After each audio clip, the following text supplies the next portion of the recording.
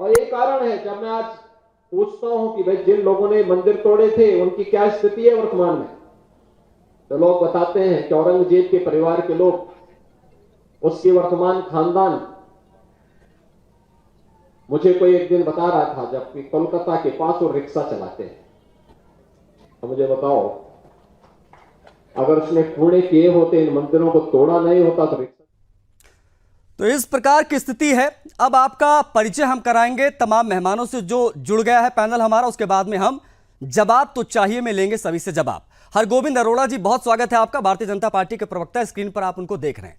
Rakesh Prajapati Samajwadi party का पक्ष रखेंगे, उनसे बातचीत करेंगे। राकेश जी, आपका भी बहुत स्वागत है। अमित तिवारी हैं, कांग्रेस पार्टी के पक्ष रखेंगे, कुछ ही पलों में हमारे साथ जुड़ेंगे, उनसे भी आपको इंट्रोड्यूस कराएंगे। हमारे साथ मधुर जी महाराज हैं, हिंदू धर्मगुरु, उनसे भी बातचीत करेंगे, आपका भी बहुत स्वागत है। शहर नफी मुस्लिम स्कॉलर हैं, उनसे भी बात करेंगे, आपका भी बहुत स्वागत है। संदीप मिश्रा जी हैं, अधिवक्ता सुप्रीम कोर्ट के, उनसे भी हम बातचीत करेंगे। शुरुआत जो मैं करूंगा वो भारतीय जनता पार्टी के प्रवक्ता के साथ करूंगा, यानी हरगोविंद अरोड़ा जी। ये वामपंथियों का ये जो पिटीशन वाला हथियार आया है योगी आदित्यनाथ के खिलाफ, उस पर ओपनिंग रिमार्क चाहूंगा आपका, हरगोविंद अरोड़ा जी। देखिए, वंदे मातरम।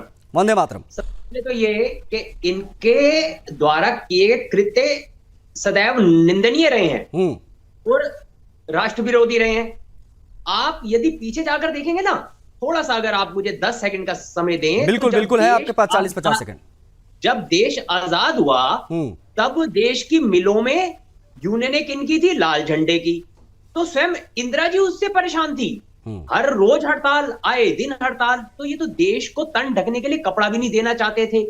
तो वो महानायक दत्तोपंत ठेंगड़ी और बाला साहेब जैसे लोगों से इंदिरा जी ने स्वयं निवेदन किया कि आप इसका भगवाकरण कीजिए। और देश में अब देखिए ना, 24 घंटे मिले चली। ये एक छोटा सा उदाहरण मैंने आपको दिया, ऐसे सैकड़ों उदाहरण हैं। और जहां तक योगी जी के विरोध में इन्होंने अब चांद पर यदि ये थूकेंगे तो आप खुद ही कल्पना कर सकते हैं कि इसका परिणाम क्या होगा। और दुर्भाग्य इस देश का क्या है कि वामपंथी और कुछ कांग्रेसी लोग ये ना तो सच सुनना चाहते हैं और ना ही हजम होता है, ना ही हजम होता है। अरविंद अरोड़ा जी, ये ओपनिंग रिमार्क था, इसलिए मैंने आपको पहले इंटरप्ट किया है। अभी हम डिबेट खुलेगी तो आपसे बेहतर बात करेंगे इस पूरे विषय पर। लेकिन राकेश प्रजापति समाजवादी पार्टी के नेता, उनका रिएक्शन भी यहां पर बहुत जरूरी हो जाता है। राकेश जी, मैं आपसे समझूंगा, एक वामपंथी संगठन है PUCL, फाइन, ठीक है, मैं लौटूंगा। हरगोविंद अरोड़ा जी, अब मैं आपका रुख करूंगा और डिबेट को यहां से हम खोलेंगे, उस पर विस्तार से बात करेंगे। ये जो वाम का प्रपंच है, जिस प्रकार से योगी आदित्यनाथ के खिलाफ एक शगुफा छोड़ा गया, एक तरकश से तीर निकाला गया और कहा गया कि इनको कुर्सी से हटाइए, योगी आदित्यनाथ ने क्या गलत कहा, मैं ये समझ नहीं पा रहा हूं। मैं चाहूंगा कि ये बात समाजवादी पार्टी के जो राकेश प्रजापति वो हमको समझाएंगे। लेकिन जिस प्रकार का बयान शेखर यादव ने दिया, कठमुल्ला शब्द का इस्तेमाल किया, उस बयान के बाद में योगी आदित्यनाथ ने कुछ ऐसा नहीं कहा, उसके बावजूद उनको लगातार टारगेट किया जा रहा है। इस प्रकार से जो टारगेट किया जा रहा है, क्या वाकई में इससे हड़कंप की स्थिति होती है भारतीय जनता पार्टी में, कि भारतीय जनता पार्टी इसको बहुत ही आसानी से बहुत हल्के में लेती है? देखिए, समाजवादी पार्टी के मेरे साथी ने जो योगी जी के विषय में कहा कि वो एक संवैधानिक पद पर हैं। देखिए, देश का संविधान सभी सामान्य नागरिक को भी अपने पूजा पद्धति और अपने अनुसार जीने का अधिकार देता है। बिल्कुल बिल्कुल। ये तो जग जाहिर है कि योगी जी हिंदुत्व सोचते हैं, हिंदुत्व में ही जीते हैं।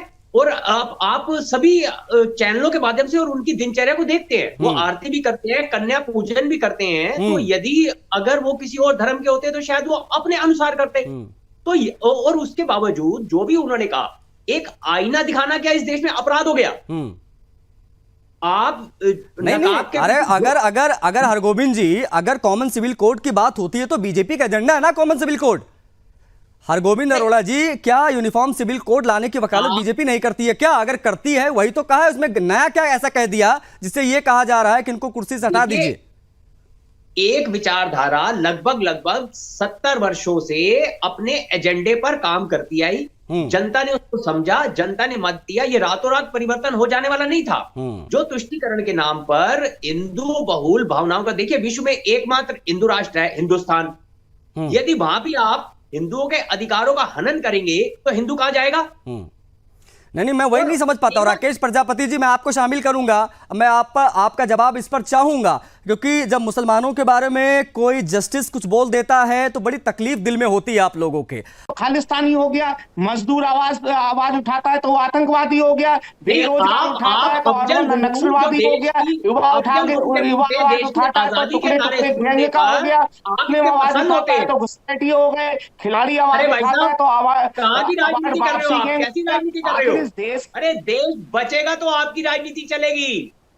समझो मेरे साथी, मेरे दोस्त, समझो, देश बचेगा तो राजनीति करोगे ना। इस देश के अंदर महिलाओं ने, शिक्षा मित्र महिलाएं थी, एक इस देश के अंदर कभी 70 साल के इतिहास में ऐसा नहीं हुआ कि महिलाओं ने सिर मुड़वाए थे लखनऊ के अंदर। 69 लोग इनका साथ दे रहे थे, आज उनको अपना जीवन बचाना कठिन हो रहा है। 4 से लोग बैठे हुए हैं, उनको कभी देखने का काम नहीं है। देश के अंदर हजारों मुद्दे ऐसे हैं, इसके अंदर हजारों मुद्दे ऐसे हैं जिन पर चर्चा होनी चाहिए, उन पर चर्चा ये क्यों नहीं करते? वही सिविल, वही जज ये क्यों नहीं कहता कि हाई कोर्ट ने जब ऑर्डर दिया है तो ये 69,000 शिक्षक भर्ती के लोगों को नौकरी मिलनी चाहिए, नहीं शरिया के अनुसार चलना चाहिए। शरिया के अनुसार चलेगा। एक सेकंड राकेश जी, मैं बीच में इसलिए कूदा क्योंकि आपने जो तर्क दिया मुझे वो कुतर्क लगा, मुंह पर आपके कह रहा हूं।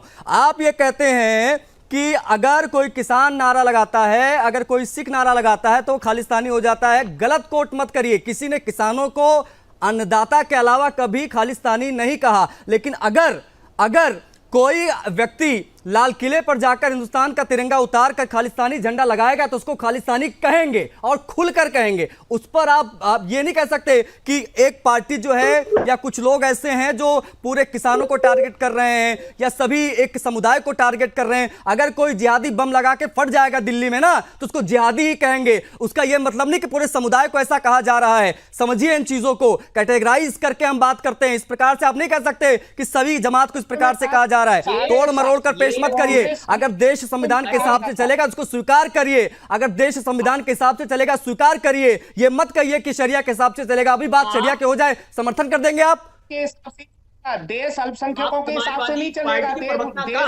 बहुसंख्यकों के हिसाब से नहीं चलेगा, देश हिंदुओं के हिसाब से। अरे क्यों नहीं चलेगा? अरे ये हिंदुस्तान है, सुन लीजिए राकेश प्रजापति जी, ये हिंदुस्तान है। 52 इस्लामिक कंट्रीज हैं, 52 इस्लामिक कंट्रीज हैं। ये हिंदुस्तान है, ये हिंदुस्तान है, भारत का संविधान ये कहता है, ये हिंदुस्तान है। इसको ध्यान में रखिए, ये ध्यान में रखिए। ये वोट बैंक वाली पॉलिटिक्स नहीं चलेगी यहाँ पर। मैं चाहूंगा, नहीं हरगोविंद जी कुछ कहना चाह रहे हैं, आप जल्दी जवाब दे दीजिए, उसके बाद में फिर मधुर जी महाराज का मैं रिएक्शन लूंगा, बहुत जरूरी हो जाता है यहाँ पर। हरगोविंद जी बोलिए। आशीष जी, ये वोट बैंक की बात नहीं है। अरे ये जो वामपंथी संगठन है, ये जो वामपंथी संगठन है, हमने देखा PFI बैन हो गया इस देश में, हमने देखा सिमी बैन हो गया इस देश में। ये जो PCL जैसे कुछ चुटभैया हैं, अगर इस प्रकार से याचिका दायर करते तो करते, लेकिन इनकी चीजें अब धरातल पर उतरने वाली नहीं है। इसका कोई आधार बनाकर कुछ जो है वो बिगड़ने वाला नहीं है। लेकिन अगर इस प्रकार से समाजवादी पार्टी के प्रवक्ता आकर कहेंगे कि सभी लोग ऐसे हैं तो थोड़ा हैरानी भरा हो जाता है। ये पिटीशन वाला हथियार काम नहीं आएगा जी। न्यायाधीश को इस की भाषा नहीं बोलनी चाहिए इस देश की। अरे आप नहीं तय करेंगे ना कि मैं क्या बोलूंगा। वो फ्रीडम ऑफ स्पीच है, वो कुछ भी बोले, उनका मन है भाई। अब उसके हिसाब से चीजें आगे बढ़ रही हैं, उनकी पेशी हुई और यहां से जो भी चीजें होंगी वो आगे निर्णय लिया जाएगा। लेकिन ये कह देना कि योगी आदित्यनाथ, आप योगी आदित्यनाथ को टारगेट कर रहे हैं, आप कह रहे हैं योगी आदित्यनाथ ऐसा बयान दे रहे। योगी आदित्यनाथ ने ऐसा क्या बयान दे दिया बताइए जरा राकेश प्रजापति जी। योगी आदित्यनाथ ने ऐसा क्या बयान दे दिया जो संविधान के दायरे के बाहर था, बताइए। दूसरे के बयान के गलत हो जाएंगे। आप अभी कह रहे हैं, 1 मिनट आशीष जी, 1 मिनट। अभी आपने एक बात कही, फ्रीडम ऑफ स्पीच है, ठीक है ना, मतलब वो कुछ भी बोल सकते हैं कि दूसरा व्यक्ति कुछ बोलेगा तो उनके बयान गलत हो जाएंगे। ये क्या बात हुई आपकी? फ्रीडम ऑफ स्पीच है तो सभी जाति धर्म मजहब के लोगों को है। दूसरे धर्म वाला अगर गलत बोल रहा है तो क्यों नहीं है?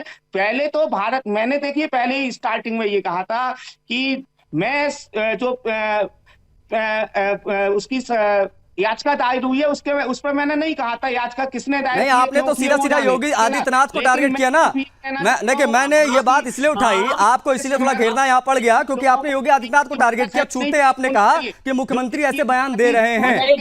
हरगोविंद जी जल्दी से आप अपनी बात रखिए, 10 सेकंड दूंगा। हरगोविंद जी क्या काउंटर है आपका, उसके बाद में आगे बढ़ता हूं मैं। हरगोविंद जी, एक कायर के फायर ने जब डायर की याद दिला दी 1990 में कार सेवकों पर, निहत्थे कार सेवकों पर गोली चलाकर, क्या वो संवैधानिक था?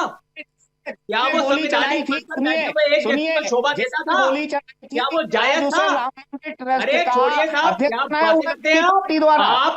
जिसने गाड़ी में लकड़ी का दस्ता ना होता तो पेड़ कटने का रास्ता ना होता। उसको लोगों ने, जिसने, सुनिए मेरी बात तो सुनिए पूरी, ठीक है? जवाब ही नहीं है, क्या बात कर रहे हैं आप? गोली थी, आज उसे आपने ट्रस्ट का अध्यक्ष बना रखा है। आप फर्जी हिंदू हो, फर्जी हिंदू केवल वोट लेके। राकेश प्रजापति के पास इस पर जवाब नहीं होगा। अगर हम गड़े मुर्दे उखाड़ेंगे तो राकेश प्रजापति जी यहाँ फंस जाएंगे, उस पर जवाब देते नहीं बनेगा। जब पालघर हुआ था तो एक भी बयान अखिलेश यादव जी का नहीं आया था, इनके नेता का। जब कन्हैया लाल का गला रेत दिया गया अजमेर में, तब जवाब, कोई बयान अखिलेश यादव जी का नहीं आया था। लेकिन अगर कोई चीज हो जाती है समुदाय विशेष के खिलाफ, तो उस पर सबसे पहला बयान अगर किसी का आता है तो वो होता है अखिलेश यादव जी का, और समाजवादी पार्टी के करती है। इस प्रकार के सवालों पर जवाब समाजवादी पार्टी के प्रवक्ता से मैं चाहूंगा, लेकिन हरगोविंद अरोड़ा जी कुछ कहना चाह रहे हैं। आप हैंड रेज कर रहे हैं, अपनी बात रख लीजिए जल्दी से हरगोविंद जी। दो बातें जी, जल्दी से। शहर नकवी जी को सैल्यूट, ये भारत की बेटी है। इन्होंने पूरी डिबेट का एकदम से दूध का दूध और पानी का पानी करके इन्होंने स्पष्ट कर दिया। यही तो न्यायमूर्ति यादव जी ने कहा था, यही तो समझने की बात है जो इनके समझ में आ गई, और इन जैसे करोड़ों मुस्लिम वर्ग को वो बात समझ आती है। वही तो, अब ये तो मुस्लिम समाज को तय करना है ना। एपीजे अब्दुल कलाम, वीर अब्दुल हमीद, या क्या बनना है, या उन्हें आतंकवादी बनना है? और नहीं, अब इन सबके बीच में इन पॉलिटिकल पार्टीज का क्या करे हरगोविंद अरोड़ा जी, जो संरक्षण देते हैं ऐसे लोगों को। जब रोहिंग्याओं के घरों पर बुलडोजर चलता है तो छाती तान के आगे खड़े हो जाते हैं। राकेश प्रजापति जी, क्या गलत कह रहा हूं मैं? इससे तो शाहजहां भी दुखी थे। जिन औरंगजेब की चर्चा बार-बार हो रही है, लिंचिंग होती है।